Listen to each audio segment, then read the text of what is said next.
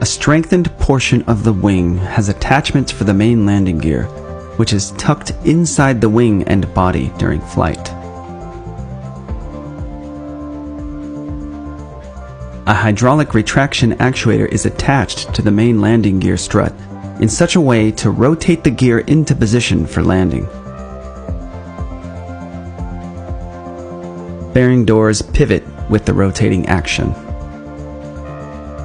When the landing gear is fully deployed, a hinged side brace and locking stay with its own actuator keep landing gear locked firmly in place.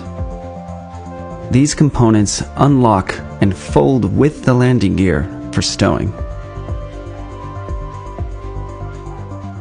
The nitrogen and oil-filled struts also act as shock absorbers during landing, with an attached hydraulic shimmy damper to reduce shimmy or shaking that occurs while under extreme landing forces.